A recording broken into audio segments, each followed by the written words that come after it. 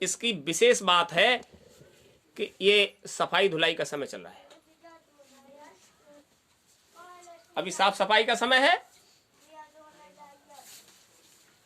और संसार में ऐसा कोई नहीं जो अपने आप को साफ सुथरा देखना नहीं चाहता। तो अभी कुदरत काम कर रही है अपना साफ सफाई का। हमारे आपके परिक्षेत्र में जितना काम आता है भौतिक जीवन में, उस सबसे हमने कभी ये विचार नहीं किया कि इससे हम लाभ तो ले रहे हैं लेकिन कुदरत का नुकसान कितना कर रहे हैं। बड़े बड़े कल कारखाने, बहुत सारे वाहन,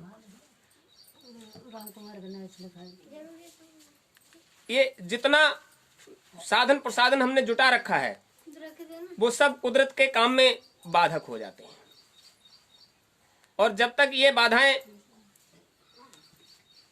चरम पर होती हैं तब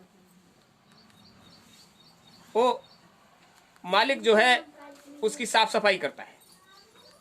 अब साफ सफाई का समय आ गया और उन्हें दिखाई दे रहा है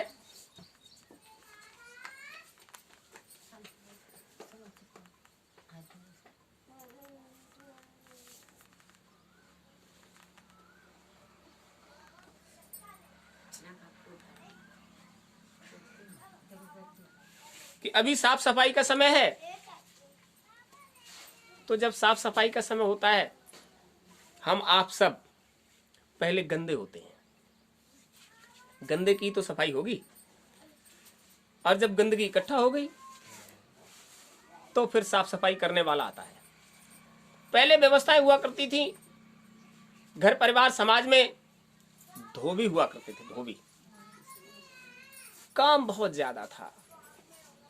तो जो साफ सफाई के काम थे वो व्यवस्थाएं जातिगत थीं। कोई सफाई करने वाला है कपड़ों की तो कोई समाज की। दुनियादारी में जितने काम होते थे सबको बटे हुए थे, सारे काम खत्म हो गए। अब कोई कुछ नहीं करना चाहता। जब तुमने अपना काम छोड़ दिया तो करने वाला तो करेगा। जिस इंसान की जो जिम्मेदारी थी उसने वो अपनी जिम्मेदारी खत्म कर दी। इस देश दुनिया में जहां हम आप रह रहे हैं वहां वर्णाश्रम व्यवस्था लागू होती है। वर्णाश्रम व्यवस्था का मतलब है एक ऐसी व्यवस्था जिसके हिसाब से पूरा समाज चलता है। लेकिन अब उस व्यवस्था के हिसाब से कोई चलता ही नहीं है। ब्राह्मण का काम था स्वयं ज्ञान का अर्जन करना और दूसरों को ज्ञान और ज्ञान के साथ व्यावहारिक जीवन में जो मदद हो सकती है वो करते थे। ब्राह्मणों का काम था। क्षत्रियों का काम था पूरे समाज की सुरक्षा, उनकी जिम्मेदारी थी। आपका जो भी है जहां भी है सुरक्षित पड़ा है, क्योंकि जिसकी जिम्मेदारी में है वो जिम्मेदार है, वो तुम्हें उसकी सुरक्षा की आवश्यकता नहीं है। वैश्यों का काम था सामाजिक जीवन में जिस चीज की भी आवश्यकता है वो तुम्हें घर तक पहुंचाएगा। ये व्यवस्था थी पहले। शूद्रों का काम था कि छोटी से छोटी सेवा, साफ सफाई से लेकर समाज में जिस चीज की आवश्यकता होती थी वो एक दूसरे की मदद करते थे। अब किसी का कोई काम ही नहीं रहा। अब सबने सबके काम अपना लिए। हर जाति बिरादरी में ब्राह्मण हो गए, क्षत्रिय हो गए, वैश्य हो गए, शूद्र हो गए, सब हो गए। इसका मतलब यह है कि कुदरत की व्यवस्था को तुमने सिरे से खारिज कर दिया। क्या करेगी कुदरत? हम क्या कम जानकार हैं? हमने क्या कम किताबें पढ़ी हैं? हम पंडित हो गए, हम पंडित कर्म करने लगे, धर्म कर्म के सारे काम अपने हाथ में ले लिए। सुरक्षा व्यवस्था में हर जाति बिरादरी को सम्मिलित कर लिया गया। हर परिवार का सदस्य, हर जाति बिरादरी वैसे हो गई, व्यापार करने लगे। खेतीबाड़ी से लगाकर जानवर पालने तक, दुकान दफ्तर तक, वो सबके घर में होने लगा। मतलब सारी व्यवस्था को घोंट मिलाकर इकट्ठा कर दिया। जो व्यवस्था क्रमवार थी, कायदे से थी, उसका सारा कायदा खत्म कर दिया। ये व्यवस्था कुदरत की थी, कुदरत ने बनाया। वर्णाश्रम व्यवस्था के हिसाब से ब्रह्मा जी के ये आनंद से ब्राह्मण, भुजाओं कंधों से क्षत्रिय, जंघाओं से वैश्य और पैरों से शूद्रों की उत्पत्ति हुई तो ब्रह्मा जी से ही। पैर भी तो ब्रह्मा जी के ही थे, जंघाएं तो ब्रह्मा जी की थी, भुजाएं तो ब्रह्मा जी की थी, सर तो ब्रह्मा जी का ही था, जिससे ये पूरे संसार की सृष्टि की रचना की गई थे। तो भाई उन्होंने एक क्रम बना दिया कि इस तरह से आप जीवन को जियोगे तो हम तुम्हें जीवन जीने में मदद करेंगे। अब उन्होंने तो व्यवस्था ऐसे बनाई कि हम तुम्हारी मदद करते रहे, हमारी व्यवस्था के हिसाब से चलते रहो। कुदरत की व्यवस्था है, उसके हिसाब से चलते रहो। लेकिन हमने क्या किया? हमने मनमानी करना शुरू कर दिया, व्यवस्था का अपभ्रंश कर दिया। ब्राह्मणों ने ब्राह्मणोचित कर्म बंद कर दिए, क्षत्रियों ने सुरक्षा व्यवस्था का काम खत्म कर दिया, वैश्यों ने व्यापार को खत्म कर दिया अथवा व्यापार को अपने हिसाब से करना शुरू कर दिया, समाज के हिसाब से नहीं। शूद्रों ने शूद्रों का काम खत्म कर दिया। प्रजातंत्र की लहर आई, जनतंत्र की लहर आई और यह विचार किया गया कि सबको बराबर कर दीजिए, सबको बराबर कर दीजिए। आरक्षण की नीति लागू कर दी गई। नीति तो आरक्षण की आपने लागू कर दी, कुदरत ने थोड़ा ही कर दी। कर्म नहीं सुधरे, कुदरत कैसे आरक्षण लागू कर देगी? कुदरत ने तो उसके लिए आरक्षण लागू किया है जो हरिजन है, जो परमात्मा का भक्त है, उसके लिए तो हमेशा से आरक्षण रहा है। परमात्मा के भक्त की सीट हमेशा से आरक्षित रही है। जात पात पूछे नहीं कोई, हरि को भजे सो हरि को वह। यहां तो कोई आरक्षण नहीं, जाति पात कुछ नहीं। परमात्मा के प्रति समर्पित जो है वो परमात्मा का अपना है और उसकी इच्छाएं, उसकी तमन्नाएं, उसकी जिज्ञासाएं परमात्मा की जिम्मेदारी। योग क्षेमम बहाम्य हम। यदि आप परमात्मा से जुड़ गए हो तो ये आपकी जिम्मेदारी परमात्मा के ऊपर है, आपको कुछ नहीं करना है। लेकिन जुड़ोगे तब ना, जुड़ोगे तो तब जब तुम्हारा खान पान, उठन बैठन, हाव भाव, चाल चलन सब परमात्मा को प्रेम करने वालों के साथ होगा। अब यही पता नहीं चलता वो संसार में आपको प्रेम है किससे? आपको तो सिर्फ अपने सुख से प्रेम है, परमात्मा की सल्तनत से कोई प्रेम नहीं। कुदरत रूठ गई, वो चाहती है कि हमारे हिसाब से चलो और तुम अपने हिसाब से चलते हो। तो आप समझ लीजिए, कुदरत के नियम से चलने वाले और गुरु के सानिध्य में रहने वाले अपने लिए नहीं जीते। गुरु के सानिध्य में रहोगे और अपने लिए जियोगे तो समझ लीजिए वो नजर में आ जाओगे, स्वार्थी है। ये रास्ता परमार्थ का है और जो परमार्थ के रास्ते पर चलता है वो अपने लिए न जीकर संसार के लिए जीता है। और जो संसार के लिए जीता है तो आप समझ लीजिए अंतर कितना है। आप कैसे भी जी रहे हो, जी संसार के लिए ही रहे हो, लेकिन दिमाग में ये रखते हो कि हम अपने लिए जी रहे हैं। संसार में कुछ भी कर रहे हो वो कर संसार के लिए ही रहे हो, लेकिन तुम्हारा मन इस बात को स्वीकार नहीं करता कि हम संसार में संसार के लिए ही जी रहे हैं। बिना संसार के हमारे जीवन का कोई मूल्य।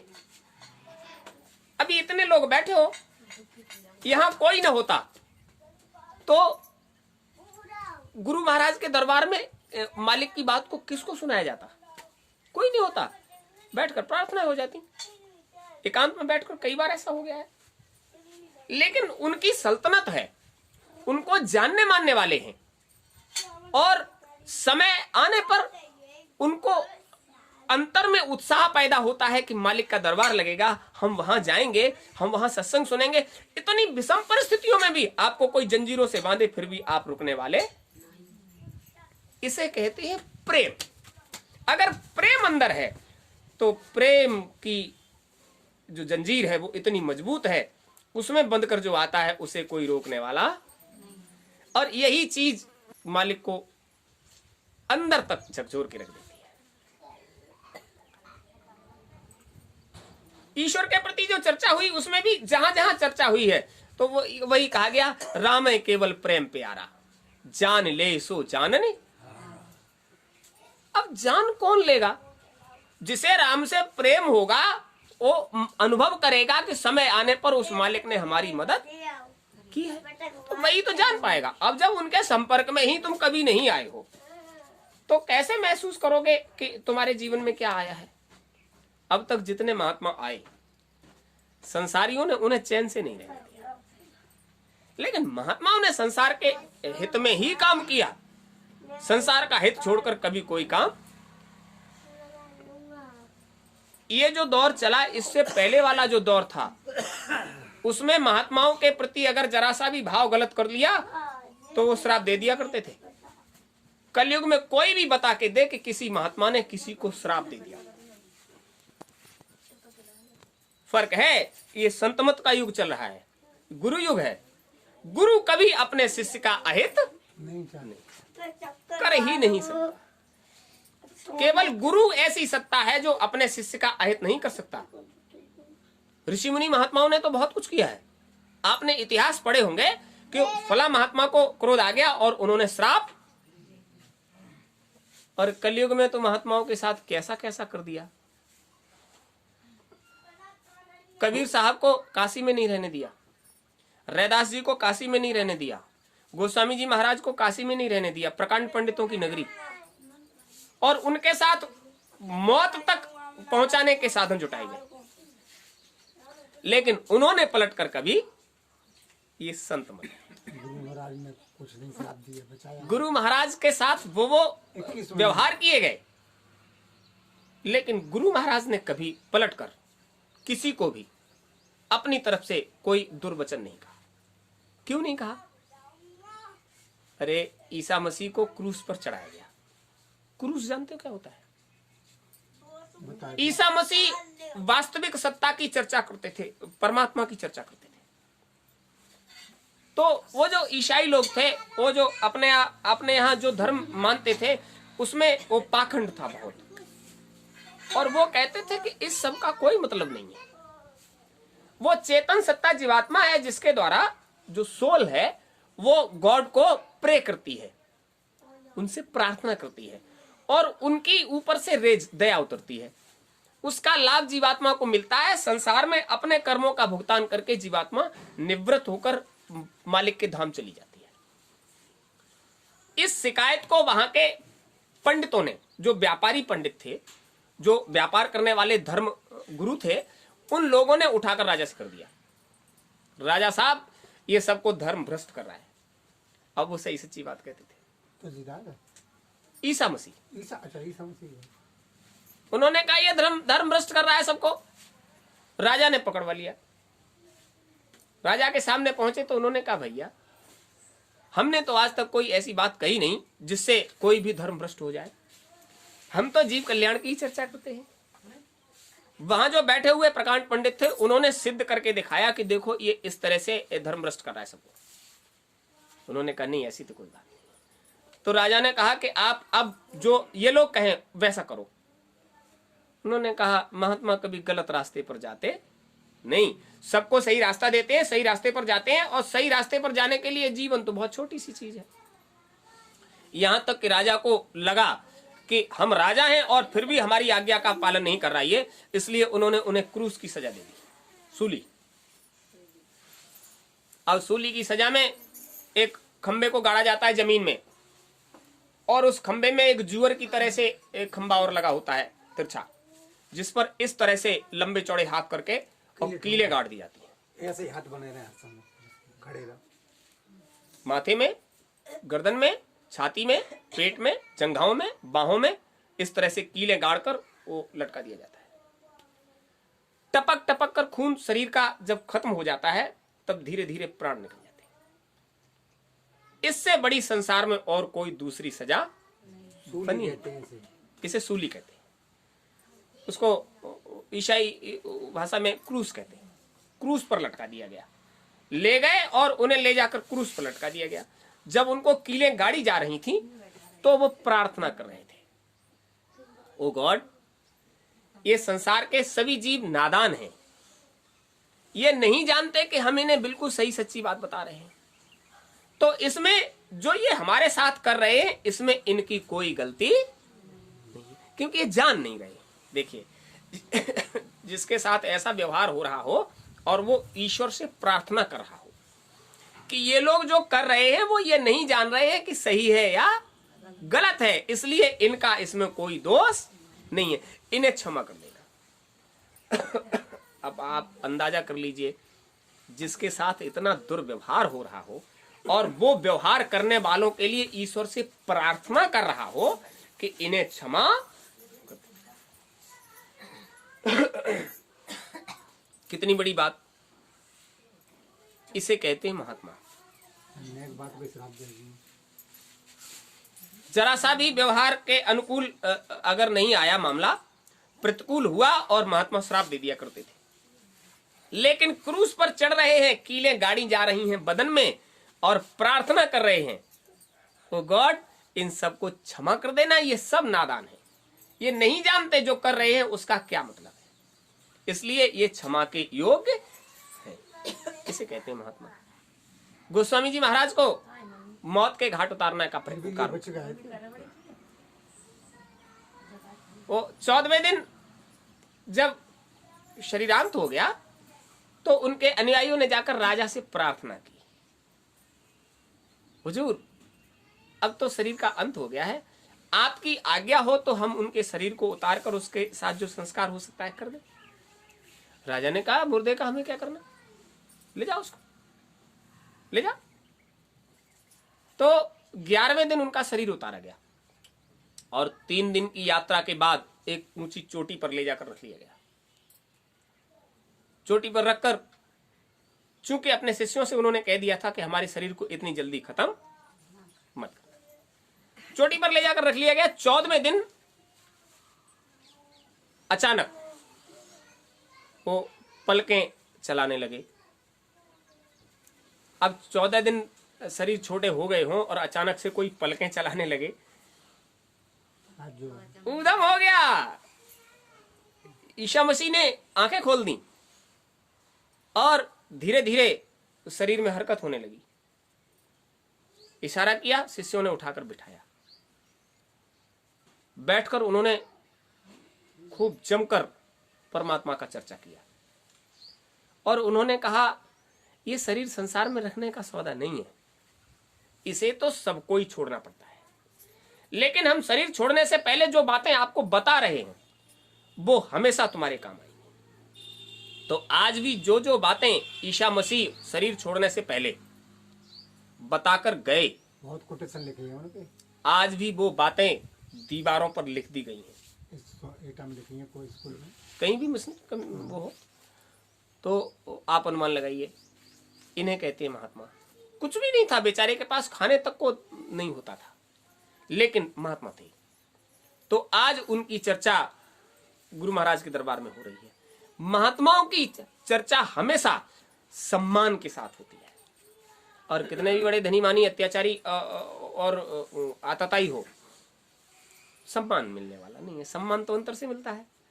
तो सम्मान के साथ जो चर्चा होती है, तो कबीर साहब के साथ, गोस्वामी जी महाराज के साथ, रैदास जी के साथ ऐसा कोई महात्मा नहीं आया जिसके साथ संसार ने मनमाना व्यवहार नहीं किया। लेकिन उन्होंने कभी कुछ नहीं कहा, महात्माओं ने कभी कुछ नहीं कहा, सहते रहे। की तो खाल उतरवाई गई।